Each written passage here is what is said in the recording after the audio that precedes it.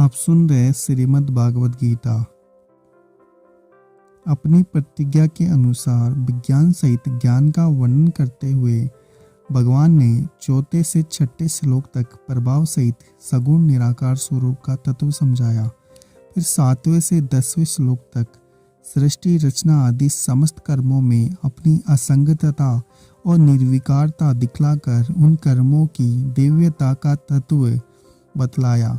अब अपने सगुण साकार रूप का महत्व, उसकी भक्ति का प्रकार और उसके गुण और प्रभाव का तत्व समझाने के लिए पहले 2 श्लोकों में उसके प्रभाव को न जानने वाले असुर प्रकृति के मनुष्यों की निंदा करते हैं।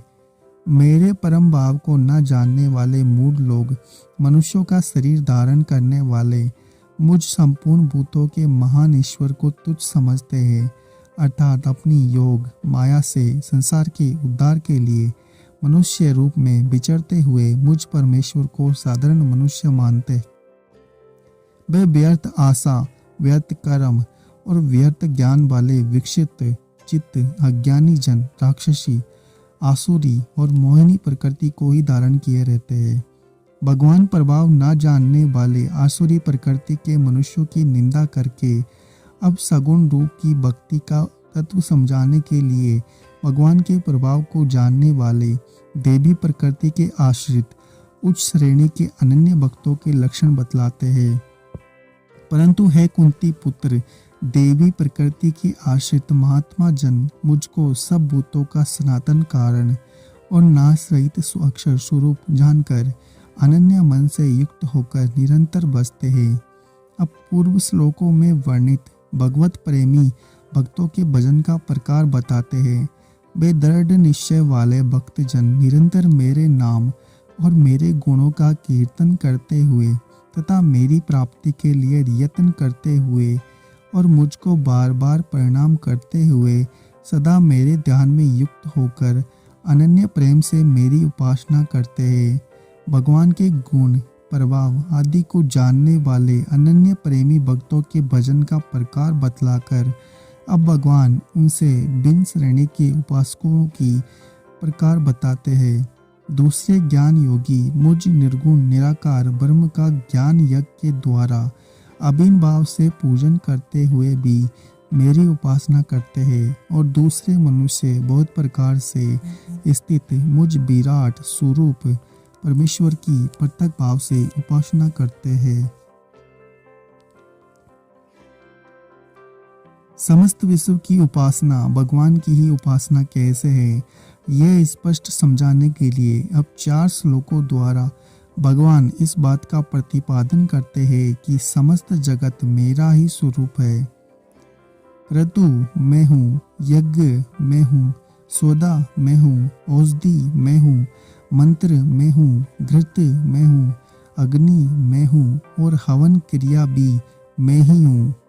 इस संपूर्ण जगत का दाता अर्थात धारण करने वाला एवं कर्मों के फल को देने वाला पिता माता पितामह जानने योग्य पवित्र ओंकार तथा ऋग्वेद सामवेद यजुर्वेद भी मैं ही हूँ। प्राप्त होने योग्य परम धाम परम भाषण भरण पोषण करने वाला सबका स्वामी शुभ अशुभ का देखने वाला सबका वास स्थान शरण लेने योग्य प्रत्युपकार न चाहकर हित करने वाला सबकी उत्पत्ति प्रलय का हेतु स्थिति का आधार निदान और अविनाशी कारण भी मैं ही हूँ।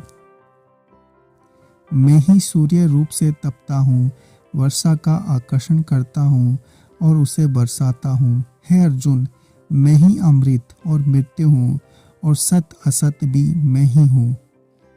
13वें से 15वें श्लोक तक अपने सगुण निर्गुण विराट रूप की उपासनाओं का वर्णन करके अब भगवान ने 19वें श्लोक तक समस्त विश्व को अपना स्वरूप बतलाया। समस्त विश्व मेरा ही स्वरूप होने के कारण इंद्र आदि अन्य देवों की उपासना भी प्रकारांतर से ही मेरी उपासना है, परंतु ऐसा न जानकर फल आसक्ति पूर्वक पृथक पृथक भाव से उपासना करने वाले को मेरी प्राप्ति न होकर विनाशी फल ही मिलता है।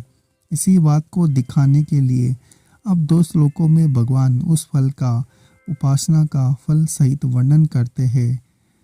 तीनों वेदों में विधान किए हुए सकाम कर्मों को करने वाले, सोमरस को पीने वाले पाप रहित पुरुष मुझको यज्ञों के द्वारा पूज कर स्वर्ग की प्राप्ति चाहते हैं। वे पुरुष अपने पुण्यों के फल स्वरूप स्वर्ग लोक को प्राप्त होकर स्वर्ग में दिव्य देवताओं के भोगों को भोगते हैं। वे उस विशाल स्वर्ग लोक को भोग कर पुण्य क्षीण होने पर मृत्यु लोक को प्राप्त होते हैं। इस प्रकार स्वर्ग के साधन रूप तीनों वेदों में कहे हुए सकाम कर्म का आश्रय लेने वाले और भोगों की कामना वाले पुरुष बार बार आवागमन को प्राप्त होते हैं, अर्थात पुण्य के प्रभाव से स्वर्ग में जाते हैं और पुण्य क्षीण होने पर मृत्यु लोक में आते हैं। अगर आपको हमारा यह प्रयास अच्छा लग रहा है तो चैनल को सब्सक्राइब करें, वीडियो को लाइक और शेयर जरूर करें। आप सुन रहे श्रीमद् भागवत गीता। अपनी प्रतिज्ञा के अनुसार विज्ञान सहित ज्ञान का वर्णन करते हुए भगवान ने 4 से 6 श्लोक तक प्रभाव सहित सगुण निराकार स्वरूप का तत्व समझाया।